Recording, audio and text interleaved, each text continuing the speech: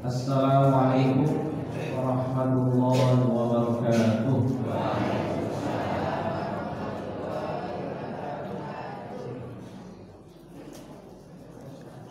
Innal hamdalillah nahmaduhu wa nasta'inuhu wa nastaghfiruh wa na'udzu billahi min shururi anfusina wa min sayyiati a'malina.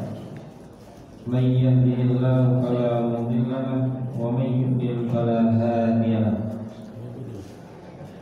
Asyhadu an la ilaha illallah wahdahu la syarika lahu wa asyhadu anna Muhammadan abduhu wa rasuluh la nabiyya wa la rasula ba'dahu.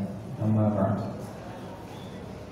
Bapak Ibu jamaah pengajian himpunan Ustaz Arti PKM Pokorono Radio dan rahimahullah.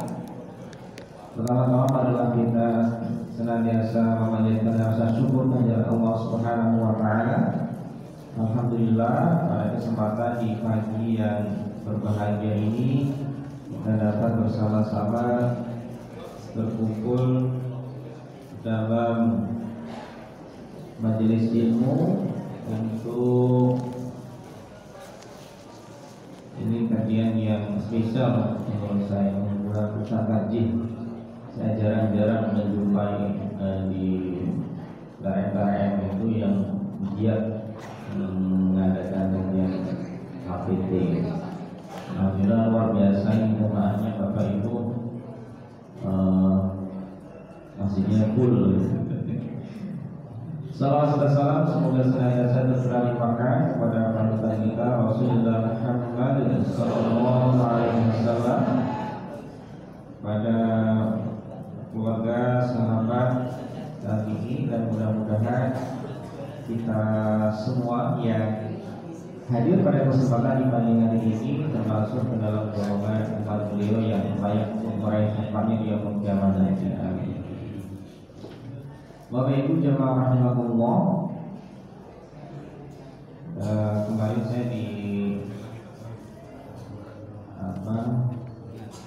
disampaikan untuk materinya sudah sampai zakat. Bisa Pak nggak bawa KPT-nya?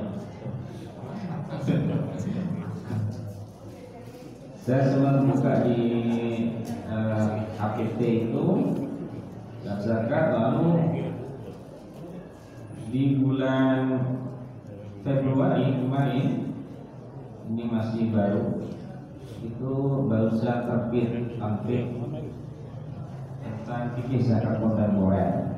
Maka dari fikih zakat dan dari HPT itu saya sampaikan dari hasil terbit fikih zakat kontemporer yang bulan Februari 2025 kemarin baru diputuskan.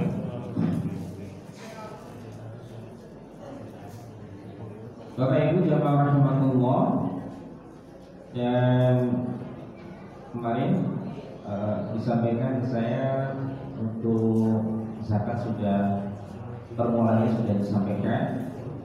Kita mungkin akan bisa mulai dari tidak dari awal sekali, tapi mungkin dari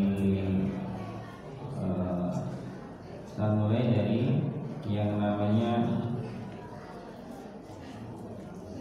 nilai-nilai dasar,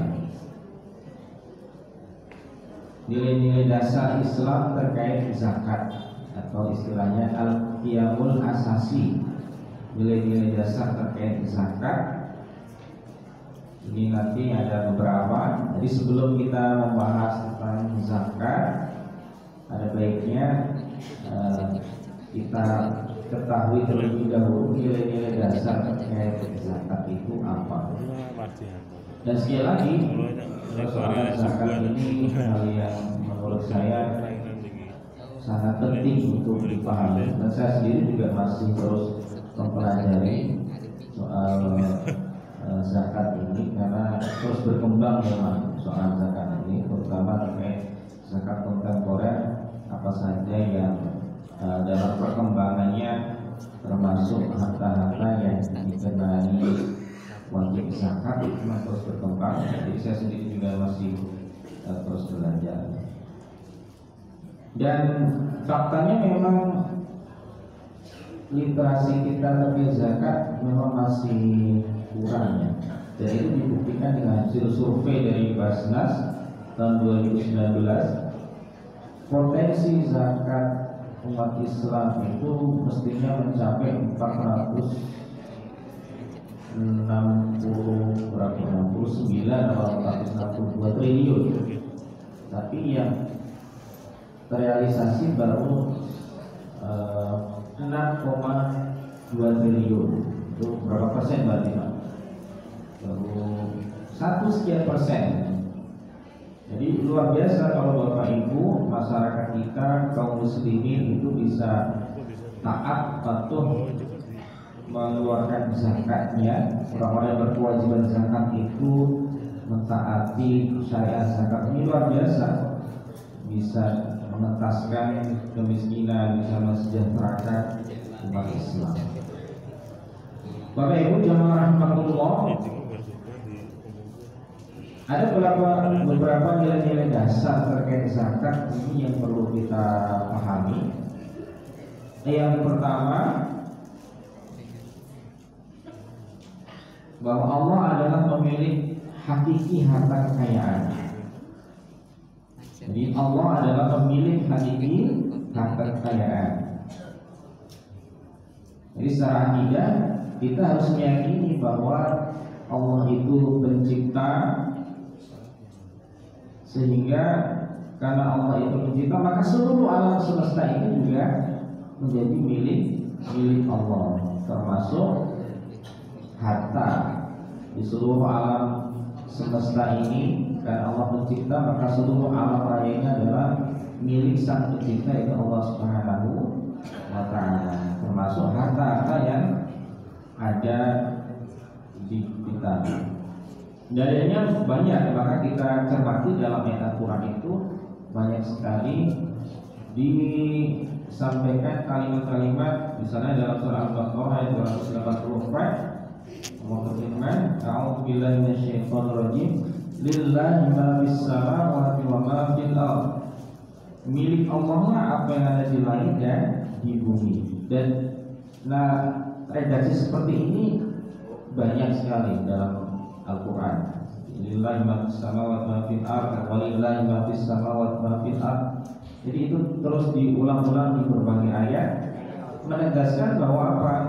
Untuk selalu mengingatkan kita bahwa sejatinya, hakikinya pemilik alam semesta ini adalah Allah. Allah pemilik hakiki seluruh yang ada di alam ini, termasuk harta kekayaan. Nah, itu prinsip dasar atau nilai dasar yang pertama. Kemudian yang kedua,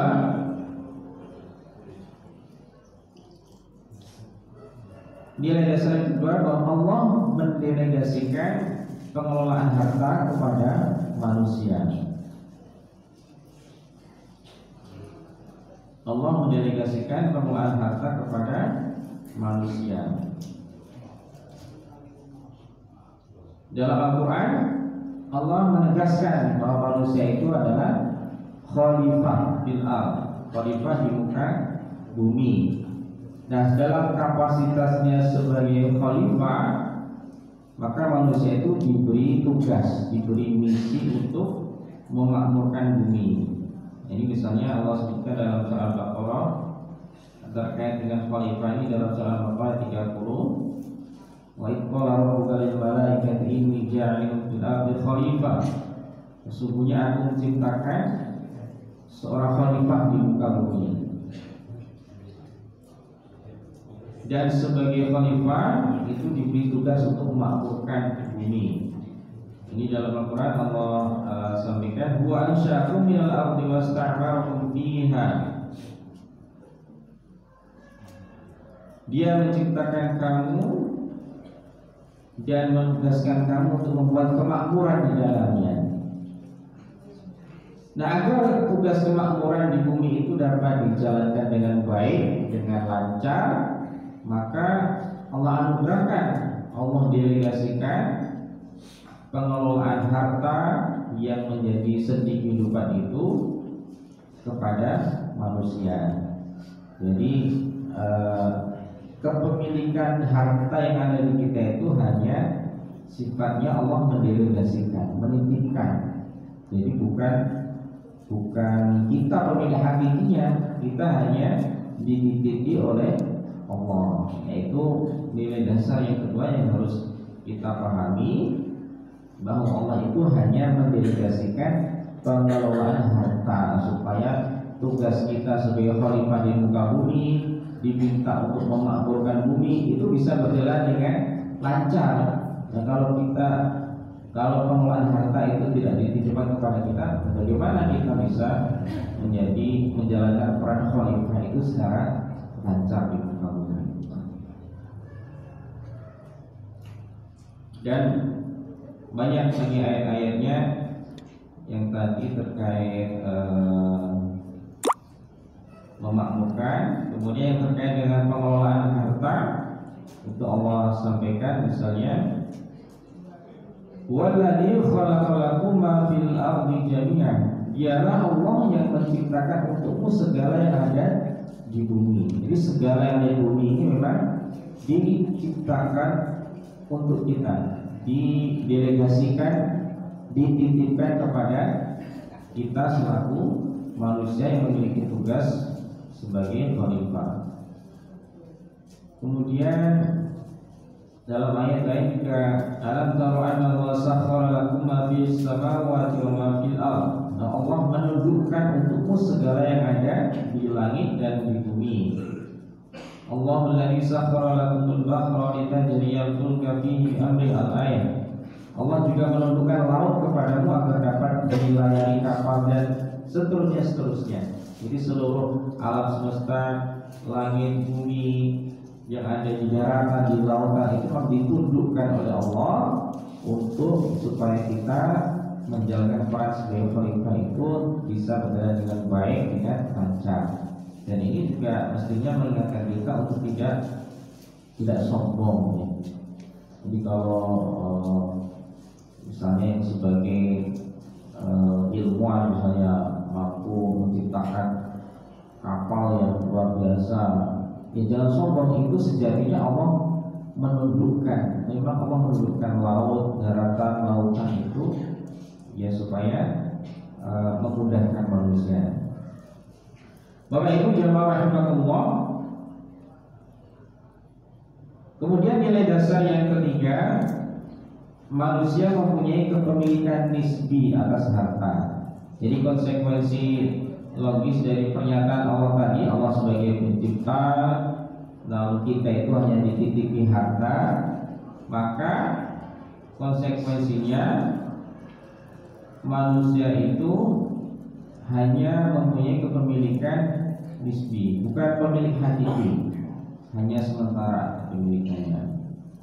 Maka dalam beberapa ayat Allah tegaskan, misalnya dalam surah Az-Zariyat ayat 19, Allah firman, wa fi amwalihim haqqul lis-sa'ili wal mahrum, bahwa di dalam harta mereka itu ada hak bagi siapa? Bagi orang yang meminta-minta dan yang tidak punya.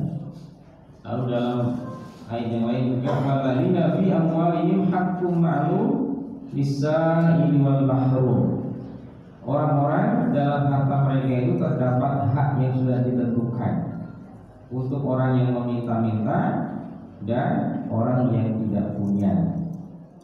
Yaitu penegasan bahwa kita manusia itu kepemilikan hartanya sifatnya hanya nisbi, bukan hakiki, sehingga ada hak orang lain dalam harta yang kita miliki itu yang seharusnya kita tunaikan. Kemudian yang keempat, nilai dasar keadilan.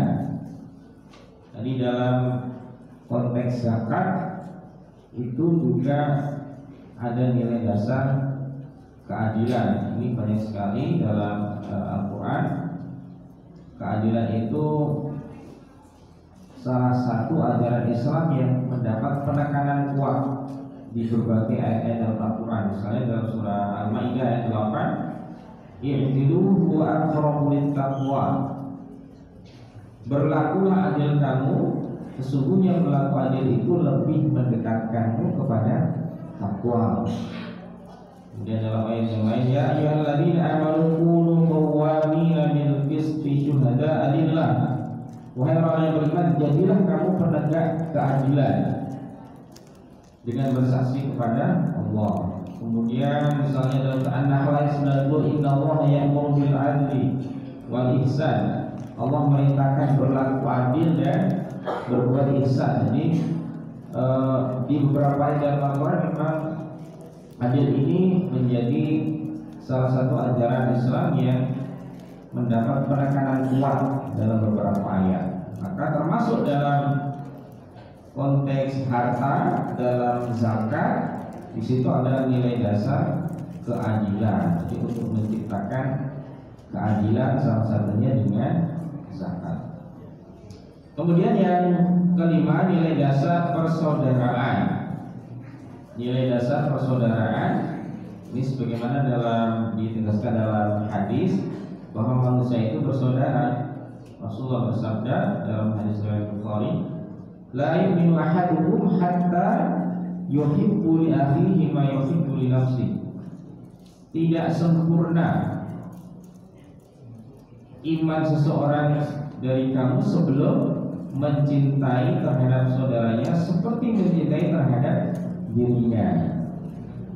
Jadi kesempurnaan iman seorang itu bisa dilihat dari bagaimana kepeduliannya persaudaranya kepada orang lain itu dengan cara dia mampu mencintai orang lain sebagaimana dia mencintai dirinya sendiri.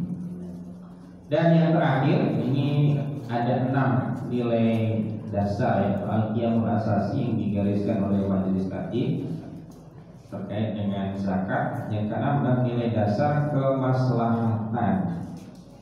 Jadi memang yang poin penting dalam zakat ini juga tujuannya untuk menciptakan kemaslahatan.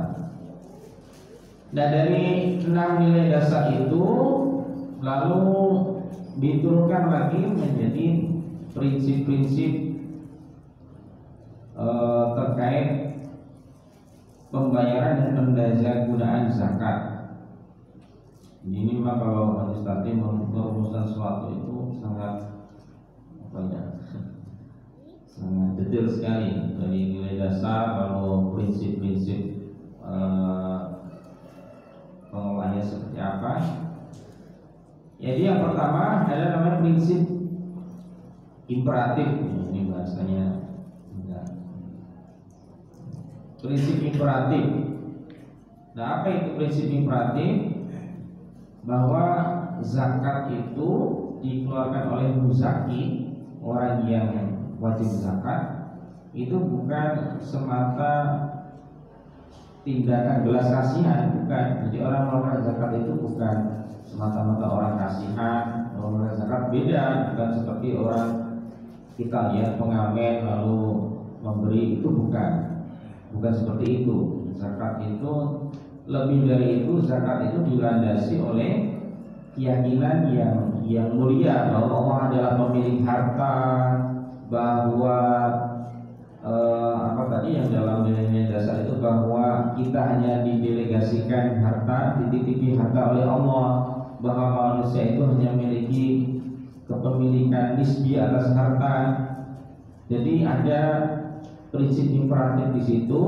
Jadi bukan sekadar kita mengeluarkan zakat itu karena belas kasihan, seperti kita memberi orang yang minta-minta kita kasih, itu bukan seperti itu. Nah, ini namanya prinsip imperatif. Kemudian yang kedua, istilahnya prinsip keadilan distributif terkoreksi.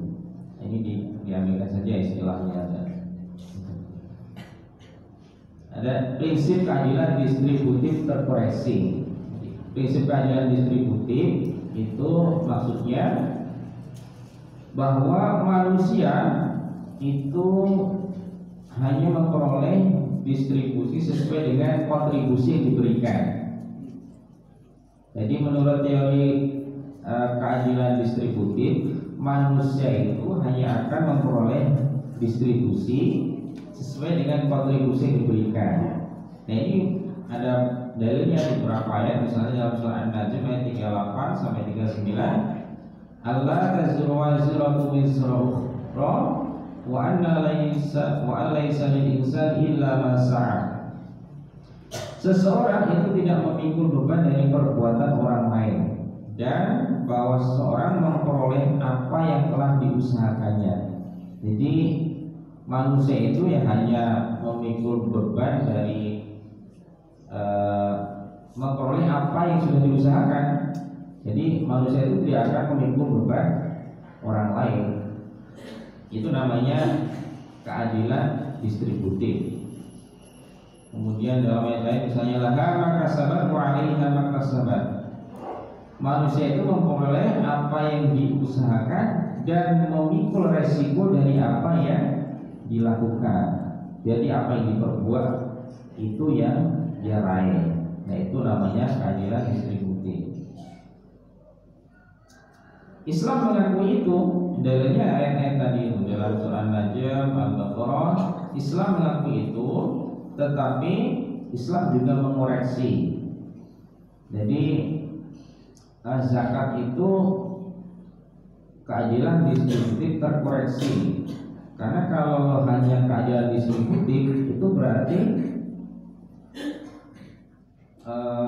orang yang karena keadaan tertentu, misalnya orang yang lanjut usia atau dia sakit, cacat, maka harusnya tidak berhak atas distribusi kekayaan masyarakat. Kan dia nggak mengusahakan itu. Harusnya tidak berhak kalau menurut teori distributif. Tetapi dalam Islam juga distributifnya itu terkoreksi. Artinya Allah mengoreksi dengan menegaskan bahwa orang yang tidak punya, orang yang tidak mampu itu ditetapkan hak tertentu dalam kekayaan warga masyarakat yang mampu. Jadi meskipun zakat itu, jadi orang yang lanjut usia, orang yang cacat, itu dia berhak atas kekayaan, hak tertentu dari kekayaan warga yang mampu. Dia berhak menerima, misalnya menerima zakat, menerima infak, meskipun itu bukan dia usahakan. Nah, itu namanya prinsip keadilan distributif terkoreksi. Jadi bukan sekedar dalam Islam itu bukan sekedar keadilan distributif. Kalau keadilan distributif nanti jadinya tidak adil. Artinya orang yang lanjut usia tadi, orang cacat tadi nggak berhak menerima pembagian zakat, nggak berhak menerima infak, sedekah. Karena dalam keadilan distributif itu ya orang hanya mendapatkan apa yang diusahakan. Nah, ini bedanya dalam ajaran Islam. Prinsip keadilan distributifnya itu terkoreksi.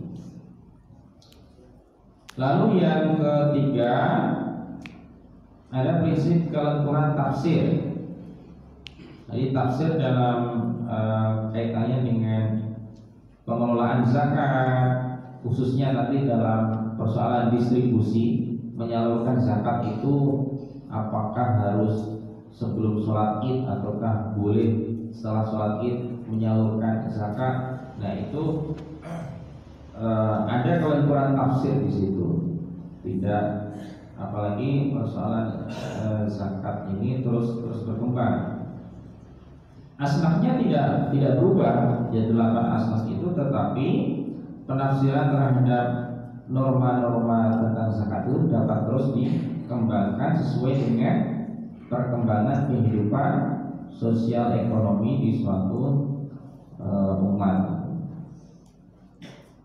Kemudian yang keempat, prinsip pemberdayaan, bahwa zakat itu tidak hanya sekedar perlindungan kepentingan dasar manusia, tapi juga diharapkan ada pemberdayaan dan pengembangan manusia sebagai individu, sebagai anggota keluarga, sebagai warga masyarakat. Jadi pengelolaan zakat itu harusnya mampu meningkatkan kesejahteraan seseorang, baik kesejahteraan yang sifatnya konsumsi atau memperbaiki kondisi ekonominya, bahkan meningkatkan kehidupan spiritualnya. Sehingga zakat yang dirumuskan oleh majelis saat ini diharapkan bisa menghindarkan distribusi zakat yang justru meningkatkan ketergantungan. Kan ada orang itu yang mendapat zakat tapi malah tergantung, ketergantungan, malah tidak meningkat kualitas hidupnya. Nah, itu tidak seperti itu. Dalam pengelolaan pemberdayaan zakat itu diharapkan juga meningkatkan kualitas hidup orang yang menerima zakat. Atau misalnya jangan sampai zakat itu salah arah. Maksudnya salah arah gimana? Di sini hadis tadi saya mencontohkan orang diberi zakat tapi digunakan untuk kepentingan misalnya membeli rokok, itu kan salah arah. Sehingga dana zakat itu tidak berfungsi memberdayakan keluarga. Nah, ini juga nanti ada aturan-aturannya supaya zakat itu tidak sekedar menjadi formalitas setiap misalnya setiap Ramadan bagi zakat, tapi ya terus seperti itu, yang menerima zakat tidak meningkat kualitas hidupnya.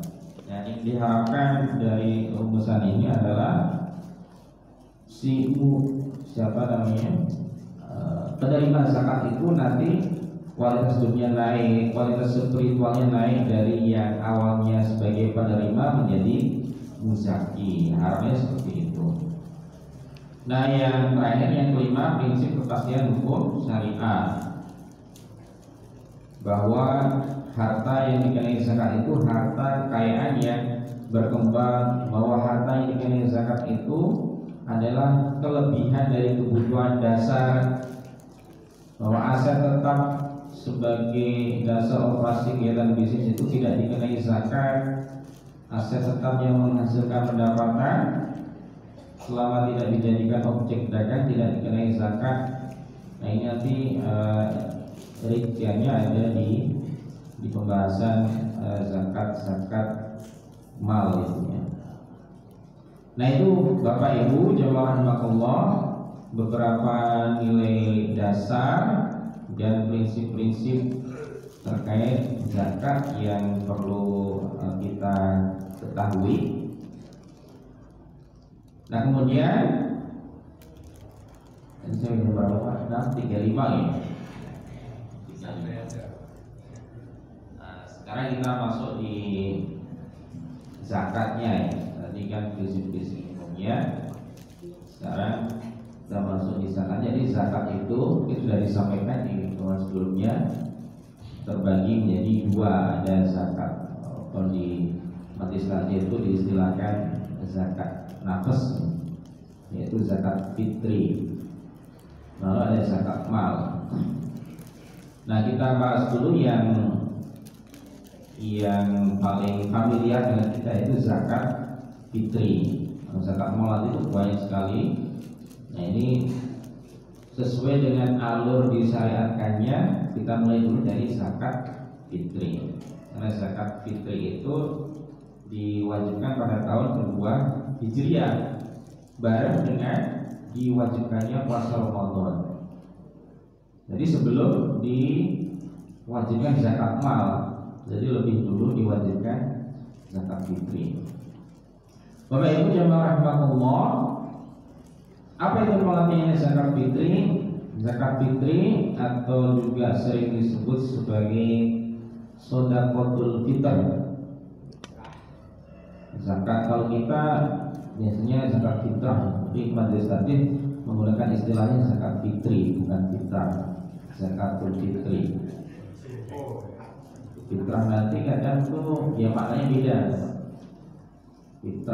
Fitrah itu orang maknanya lebih ke fitrah apa, penciptaan apa, dasar penciptaan manusia ya fitrah. Tapi fitri di sini lebih ke makna berbuka.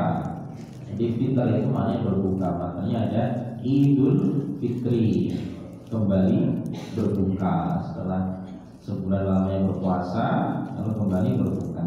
Sama juga dengan zakatul fitri atau sering disebut shadaqatul fitri, itu zakat yang wajib dibayarkan karena sebabnya apa? Sebab berbuka untuk mengakhiri puasa Ramadan. Sebagaimana hari raya Idul Fitri menandai berakhirnya puasa Ramadan. Disebut juga shadaqatul fitri karena dalam istilah syariah kata shadaqah itu selalu dipakai dalam pengertian zakat. Jadi itu zakatul fitri atau shadaqatul fitri. Nah, dalil wajibnya apa dalilnya membayar zakat fitri itu wajib? Tadi saya sampaikan zakat fitri itu diwajibkan pada tahun kedua Hijriah, yaitu pada tahun yang sama diwajibkannya puasa Ramadan. Saat itu belum diwajibkan zakat mal. Dalilnya diantaranya dalam hadis dari Ibnu Umar radhiyallahu anhu yang mengatakan, "Farada Rasulullah sallallahu alaihi wasallam, Rasulullah mewajibkan zakat al-fitri so'an min tamrin atau so'an min syairin." Mewajibkan zakat fitri satu sok dari kurma atau satu sok dari gandum. Jadi sok itu ukuran. Sok itu ukuran. Nah, bagi siapa? Al-'abdi wal hurri wal dzakari wal untha wal shaghiri wal kabiri minal muslimin. Bagi setiap budak maupun yang merdeka, laki-laki maupun perempuan, kecil maupun besar dari kaum muslimin. Jadi semuanya, mau dia budak, mau dia orang merdeka, mau dia laki-laki, perempuan, kecil, besar, itu berkewajiban mengeluarkan zakat fitrah. Wa amara biha an tu'adda qabla khurujin nasi ila shalah. Dan Rasulullah memerintahkan agar zakat fitri itu ditunaikan sebelum orang-orang berangkat untuk melaksanakan sholat Id. Kemudian dalam hadis yang lain sama juga dari Ibnu Umar radhiyallahu anhu dengan redaksi yang agak berbeda, faradha zakat al-fitri min Ramadan. Rasulullah mewajibkan zakat fitri di bulan Ramadan ala kulli nafsin minal muslimin, atas setiap jiwa dari kaum muslimin. Hurrin aw 'abdin aw rajulin aw imra'atin shaghirin aw kabirin. Jadi mau budak atau orang merdeka, laki-laki atau perempuan, kecil atau besar, so'an min tamrin atau so'an min syairin, yaitu berupa satu sok kurma atau satu sok gandum.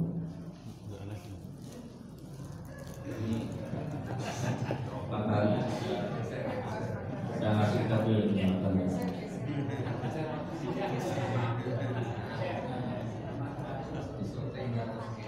di syuting alam, syuting Allah. Nah, itu Bapak Ibu dua hadis yang menyatakan zakat fitri adalah kewajiban atas setiap orang muslim. Bahkan detail sekali di situ, seluruhnya disebutkan. Orang merdeka, budak, laki-laki, perempuan, kecil, besar, semuanya berkewajiban. Lalu yang berikutnya, apa yang dibayarkan, bentuk harta yang dibayarkan untuk zakat fitri itu apa dan berapa kadarnya? Zakat fitri itu berupa makanan pokok, sebagaimana dalam hadis yang saya bacakan tadi. Jadi zakat fitri itu dikeluarkan untuk tiap-tiap kepala, tiap-tiap orang itu sebesar 1 sok dari makanan pokok. Makanan pokok ini contohnya gandum,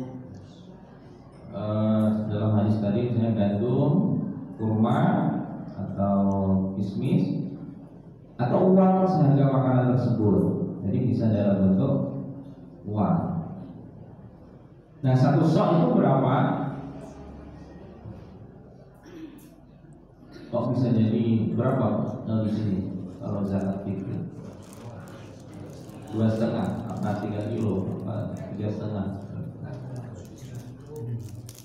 Ini menurut hitungannya majelis tadi, 1 sok itu sama dengan 1/6 liter ukuran mesin, atau kalau dikonversikan ke gram itu 2167 gram untuk ukuran gandum. Jadi kalau untuk timbangan gandum 1 sok itu 2167 gram. Kalau di kilo kan berapa? 2,2 ya, 2 kilo. Nah, kalau di suatu daerah makanan pokoknya itu lebih berat daripada gandum, misalnya kalau di Indonesia kita itu makanan pokoknya beras itu lebih berat dari gandum, maka wajib menambah dari ukuran tersebut sehingga keluarlah hitungan itu menjadi 2,5 kilogram untuk kehati-hatian. Jadi 2,5 kilogram itu sudah hitungan kehati-hatian. Kan ada yang bilang, wah 2,5 itu terlalu mepet, itu harus 2,7 atau bahkan ada 3 kilo. Ternyata tidak, Pak. Menurut hitungan majelis tadi 2,5 itu sudah cukup hati-hati, sudah. Jangan dari asalnya 2,1, 2,2 kilo itu sudah dilebihkan jadi 2,5 kilogram. Jadi tidak masalah kalau Bapak Ibu mengeluarkannya 2,5 kilogram, itu sudah dilebihkan. Nah, kalau dalam bentuk uang ya tinggal dikalikan. Kalau misalkan harga beras berapa Pak? Harga beras 15 sudah nggak ada lagi beras 9.000. Ini contohnya juga terlalu murah. Di sini contohnya beras 11.500 nggak ada. Jika 2,5 kilo berasnya harga 11.500, berarti dalam bentuk uang 28.350. Itu contohnya. Jadi seperti itu untuk bentuknya itu makanan pokok, kadarnya itu 1 sok.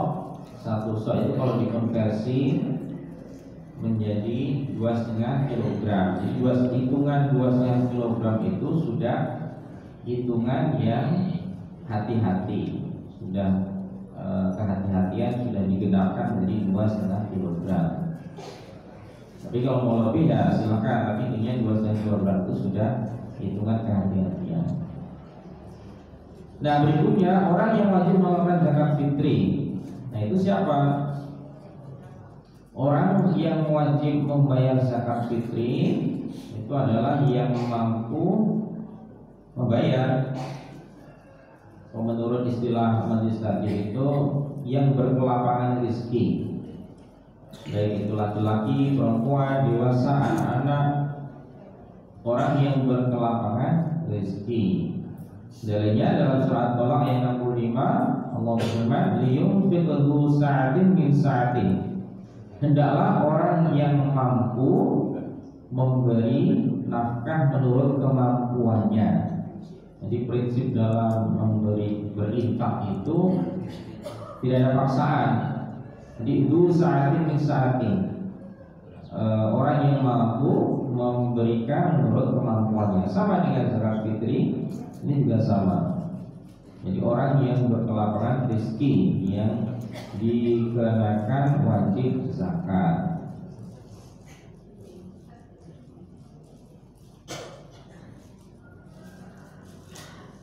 Nah, dalam konteks zakat fitri, orang yang dimaksud berkelaparan rezeki itu yang seperti apa? Sehingga kita bisa mengukur bahwa ini wajib melakukan zakat fitri atau tidak ya. Nah, itu ukurannya yaitu dia memiliki kelebihan dari kebutuhannya dan kebutuhan orang yang menjadi tanggungannya pada malam hari Idul Fitri.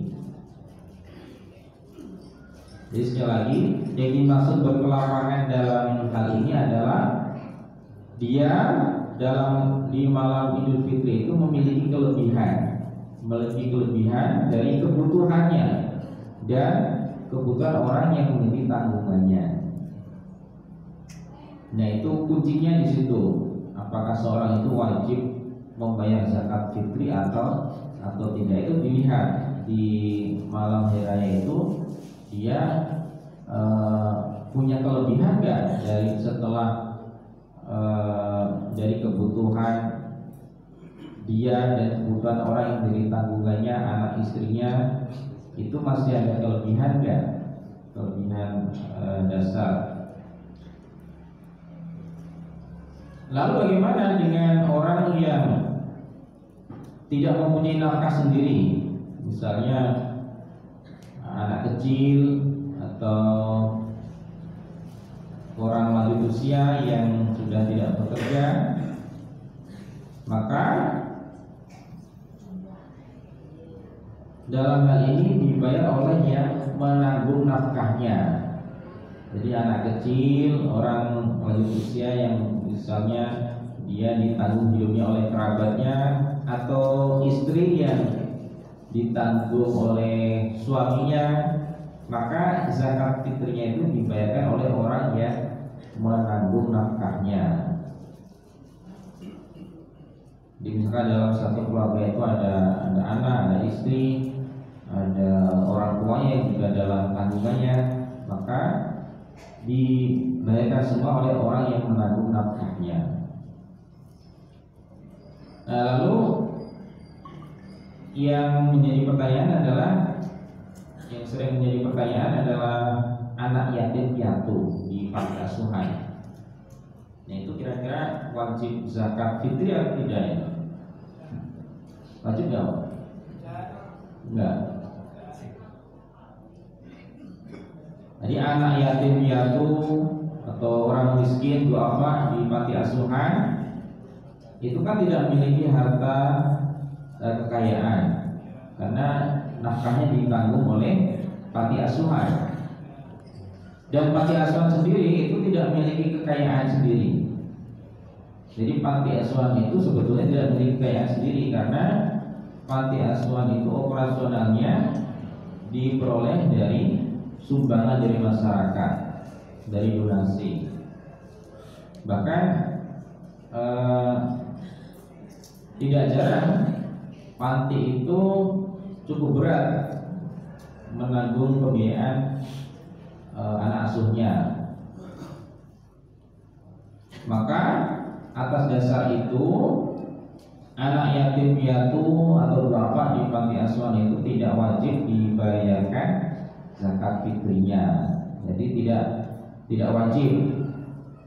Kalau mampu ya tidak apa-apa, panti asuhannya misalnya mampu membayarkan tidak apa-apa. Tapi dalam prakteknya panti asuhan itu untuk membiayai hariannya anak yatim doa apa saja itu sudah berat, apalagi untuk zakat fitri. Jadi kalau Bapak Ibu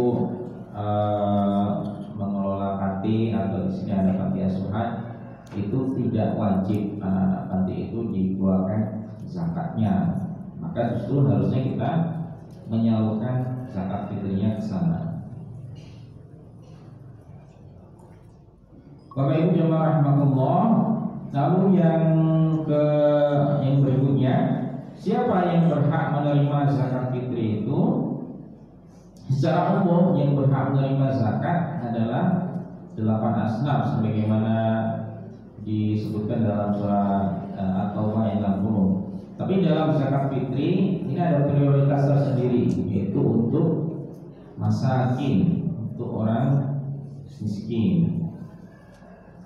Rasulullah bersabda dari Ibnu Abbas radhiyallahu anhu, "Farada Rasulullah sallallahu alaihi wasallam zakat al-fitri tuhratan lis-shaimi." Rasulullah mewajibkan zakat fitrah untuk apa?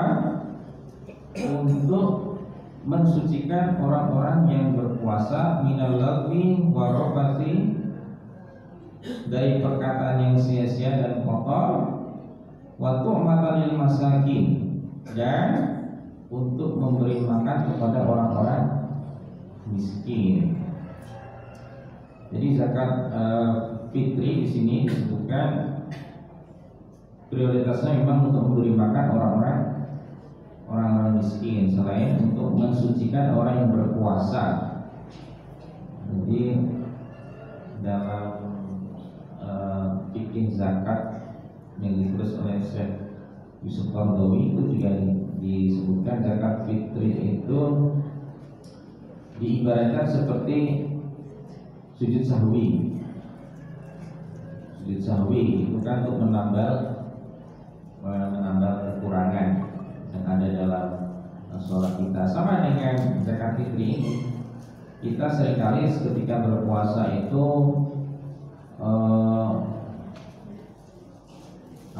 mengeluarkan kata-kata yang tidak baik atau perilaku-perilaku yang mengurangi pahala puasa, maka untuk menambal kekurangan itu kita diwajibkan untuk zakat fitri.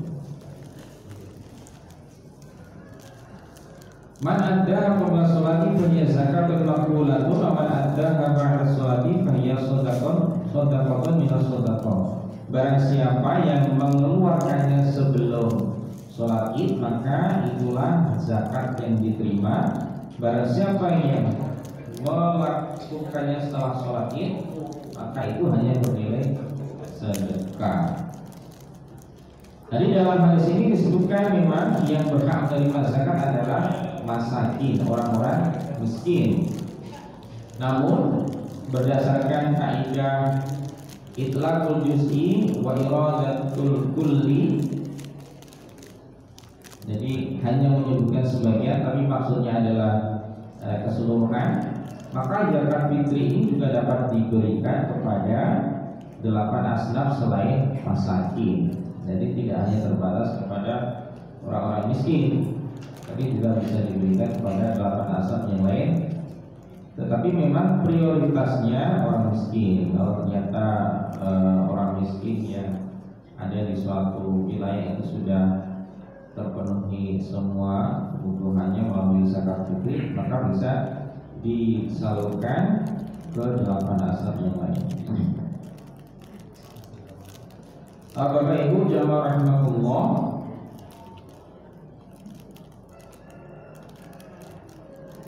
saya kira sementara itu sudah jam 6.40. Pembahasan pada pagi hari ini mungkin dari awal tadi terkait nilai-nilai dasar, prinsip-prinsip zakat, lalu sedikit tentang zakat fitri. Saya kira itu Bapak Ibu jamaah rahimahullah. Selanjutnya sebagaimana sudah disampaikan oleh panitia, lanjut ke sesi tanya jawab. Kalau ada pertanyaan monggo, kalau bisa saya jawab. Kalau tidak bisa nanti kita jawab bersama-sama. Kalau zakat fitrah itu yang menerima batu pun harus dulu zakat fitrah itu. diberikan Mbak Dukun karena yaitu olah anak bayi itu kalau dukun zakat fitrah gitu. Cuma Pak, zakat fitrah untuk dukun. Yang menerima adalah dukun. Oh, bayi dukun. Ya. Hanya bayi dukun. Ya.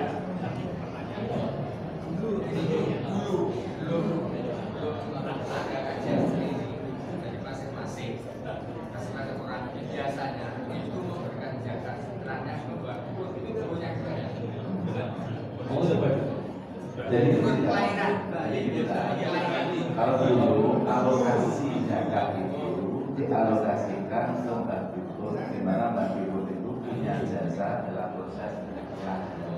Karena dia merasa kurang suci, maka dia jasa itu dialokasikan ke Mbak Dukun. Bahkan ada yang sekalian membawa